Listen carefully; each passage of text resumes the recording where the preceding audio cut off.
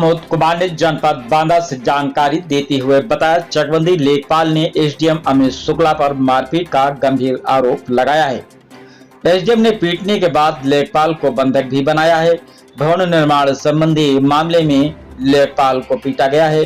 मनमाफिक आख्या न लगाने से नाराज थे एसडीएम।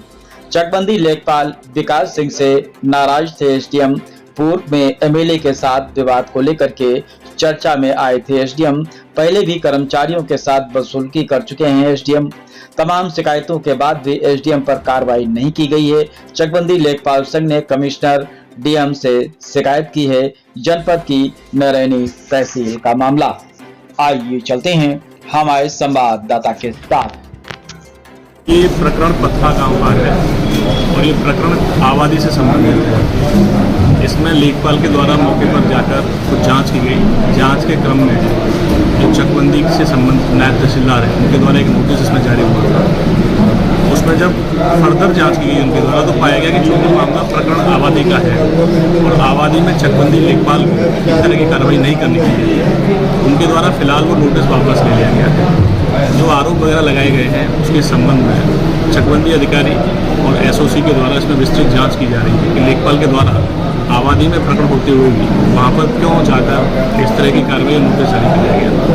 इसकी जांच के उपरांत ही इस पर कार्रवाई की स्थिति बनेगी। लेखपाल का कहना है कि एसडीएम ने उनको कमरे में बंद करके मारा है, धमकी दी है कि तुम्हारे जूते मारूंगा, सिर के बाल चले जाएंगे। इस तरह का उसने क्यों कहा है और ये क्या प्रकरण है, इसकी विस्तृत जाँच एसओसी की की जा रही है। जाँच के उपरांत ही इसमें जाँच के बाद इसमें विस्तृत कार्रवाई। इस पद पर विकास सिंह, चकबंदी लेखपाल, सहायक चकबंदी अधिकारी, नारायणी तटीय क्षेत्र में तैनात है। क्या घटना हुई आपके साथ? मेरे साथ घटना एक पत्ता ग्राम का जो है मामला था, भवन निर्माण संबंधी, जिसमें एक रिपोर्ट जो है गई थी हमारे जो है पहले भी जिलाधिकारी महोदय का और तहसील दिवस IGRS का ही IGRS का है, तो उसमें दिया था, दोनों पक्षों ने दिया था। तो दोनों पक्षों के लिए जो है हमारे चकबंदीकर्ता के द्वारा रिपोर्टें गई हैं।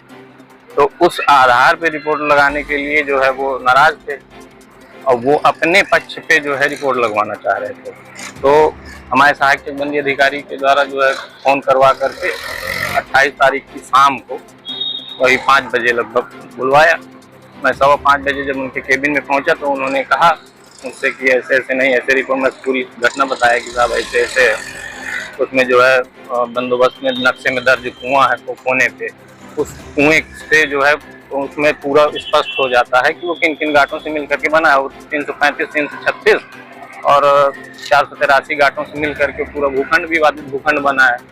और उसको जो है जिसके पक्ष में श्री राजेंद्र शुक्ला के पक्ष में जो है रिपोर्ट लगवाना चाह रहे थे, तो उसकी घरौनी भी बनी हुई है। लेकिन घरौनी में जो रकबा है 3 बिस्वा का है, वो लगभग 4 बिस्वा मौके पे है। और वो 483 में घरौनी बनी हुई है, 483 आबादी का नंबर है।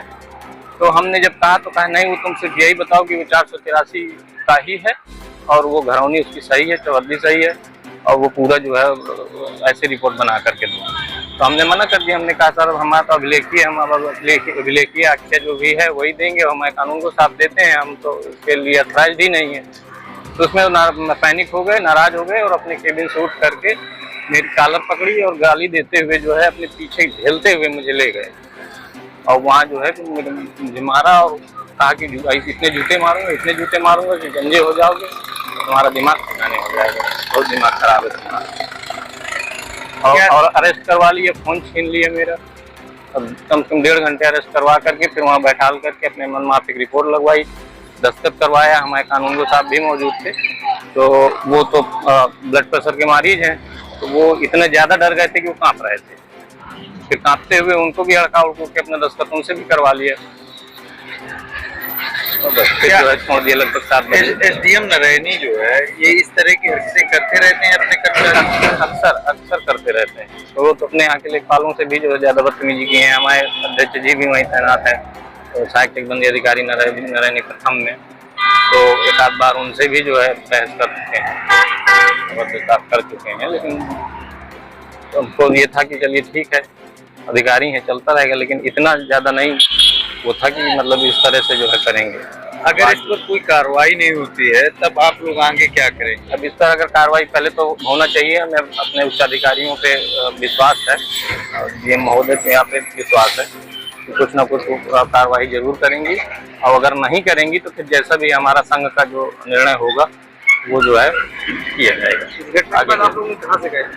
हमने तत्काल जब हुआ था तो तत्काल अपने सहायक वन अधिकारी नरैनी तृतीय को सूचना फोन द्वारा दे दिया था, और दूसरे दिन जो है लिखित दे दिया था, और उसके बाद जो है फिर जिलाधिकारी महोदय, आयुक्त महोदय और सभी के संघ के द्वारा प्रेषित दिया गया।